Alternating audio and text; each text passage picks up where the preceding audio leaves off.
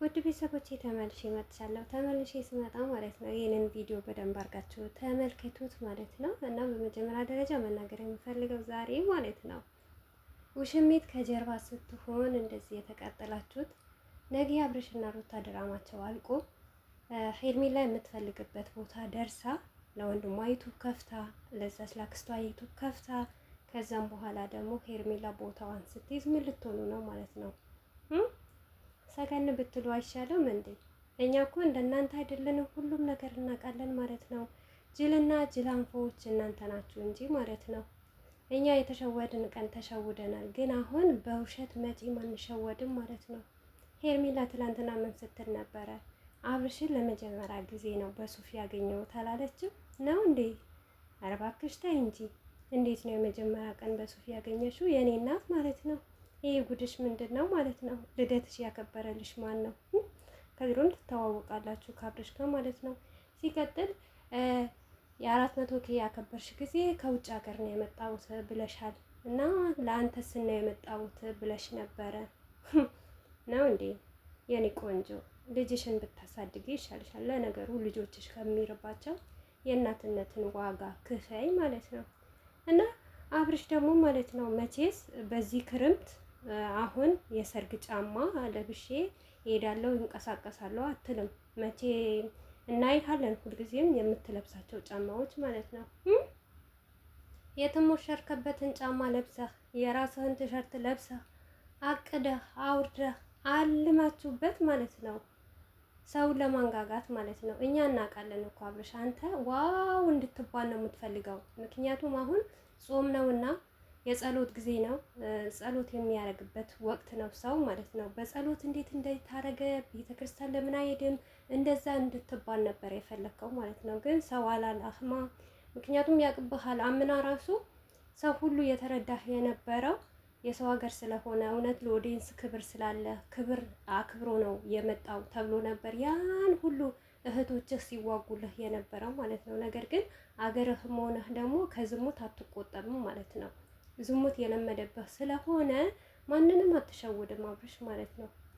የራስህን ጫማ ለብሰህ አቅደህ አልመህ ለመዳም ቅመሞች ማለት ነው እንዴ የሩታን ለማናደድና የሩታ ኦዲየንሶች ለማናደድ ብር እየላኩልህ ያን ውጤት እኮ ነው ያረከው ማለት ነው። በዚሁ አጋጣሚ የአብርሽ ሱፍ መልበሱ ለእኛ ብርቃችን አይደለም። ከአንድም አራቴም አይተነዋል። እኔ ከሁሉም ነገር እውነት ትክክለኛም ያናደኝ ለምን እንደሆነ ታውቃላችሁ? የአብርሽ ማንነቱን ሳላቀው ያለቀስኩት የአብርሽ እውነት ትክክለኛ ህይወቱ ነው ብዬ ያነባሁት እንባ ነው በአሁኑ ሰዓት የሚያሳዝነኝ ማለት ነው። ካያችሁ በአብርሽና በሩታ እውነት የተለያዩ መስሎኝ እውነት የተጣሉ መስሎኝ በቃ እኔ ያን ጊዜ ነው የሚቆጨኝ። አሁን ከምሬ ነው የምላችሁ ምንም ነገር አይቆጨኝም ማለት ነው። ምክንያቱም የእሱ ድራማ ስለማውቀው ማለት ነው። የእሱ ውሸት ስለማውቀው ማለት ነው። ሄርሜላ ለአብርሽ ምኑ እንደሆነች ጠንቅቃችሁ የምታውቁስ ብዙዋችሁ አላችሁ ማለት ነው። ለችግር ዋና የተጠጋችሁ ማለት ነው። አሁን ነገ ከነገ ወዳ ለአክስትዮ ዩቱብ ይከፈታል፣ ለወንድሟ ዩቱብ ይከፈታል። ሄርሜላ የተጠጋችሁ ለጥቅም ነው እንጂ ለአብርሽ ለምንም አይደለም። ሞር እንበልና ማለት ነው። ሄርሜላ አብርሽን አገባችሁ፣ ተጋቡ፣ አብረው መኖር ጀመሩ። ግን ሄርሜላ በየትኛው መንገድ ነው ደስተኛ መሆን የምትችለው? የኔ ጥያቄ ማለት ነው። ሰውም እኮ ይኸውላችሁ ሲሰርቅ ይኖርና የሰውን ንብረት ሲያጠቃ ይኖርና የሆነ ቀን ደግሞ መጋለጹና መውደቁ አይቀርም። ሄርሜላም ደግሞ የሰውን ባል ነው የወሰደችው። እሱንም ከህፃን ልጅ ከአባቱ ነው ለይታ የወሰደችው ማለት ነው። በየትኛው መንገድ? ትናንትና ቪዲዮን ያላየውም በአፕሊኬሽን ነው ያወረድኩት በዚሁ አጋጣሚ ማለት ነው። የእነሱ ቪዲዮ አላየም እኔ በአፕሊኬሽን ካወረድኩት በኋላ ነው ማየው ማለት ነው።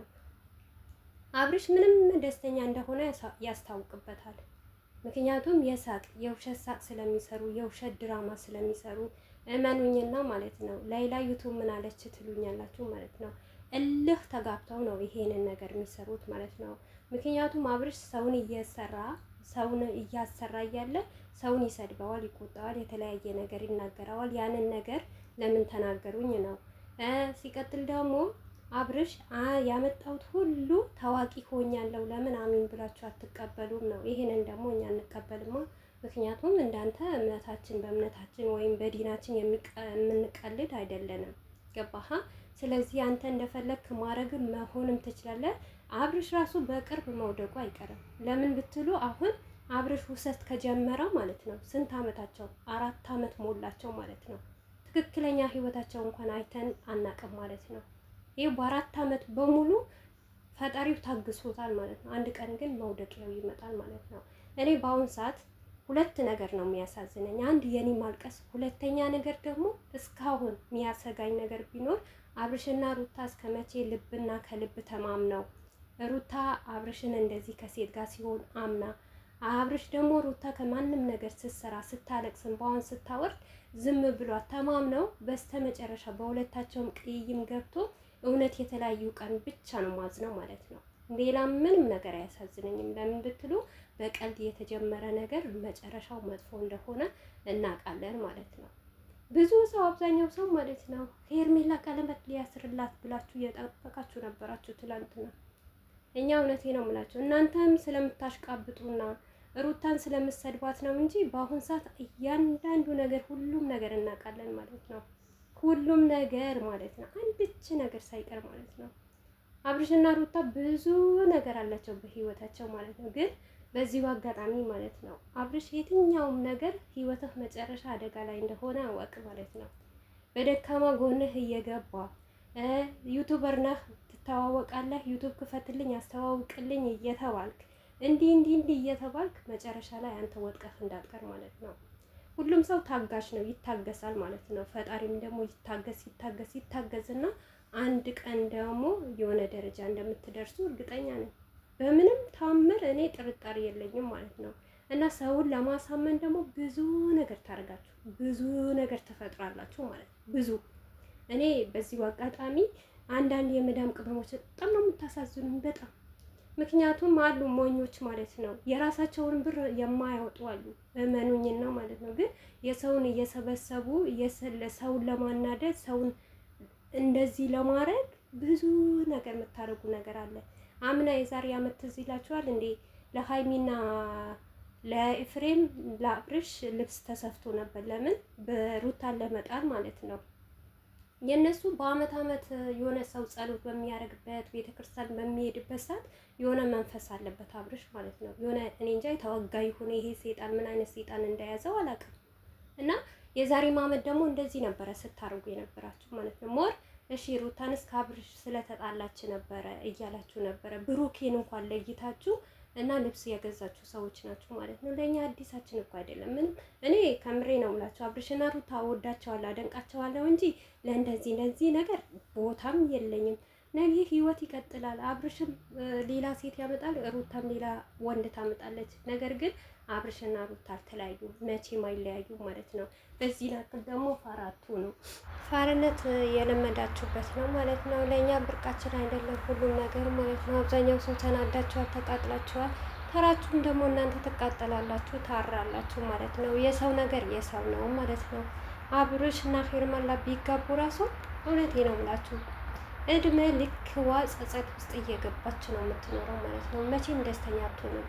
ምክንያቱም ፈጣሪ ራሱ አይፈቅደውማ። ፈጣሪ የማይፈቅደው ነገር እኮ ነው የምትሰራው የሰራችው ማለት ነው። ሩታ እርጉዝ እንደሆነች እያወቀች አይደለም እንዴ ቲክቶክ ሰፈር እየጨፈረች እንደዛ እያረገች እያብረሸነ ፈቶ ሽርሽር እያረገች እየመጣች የነበረው በየትኛው መልካም ነገር ነው?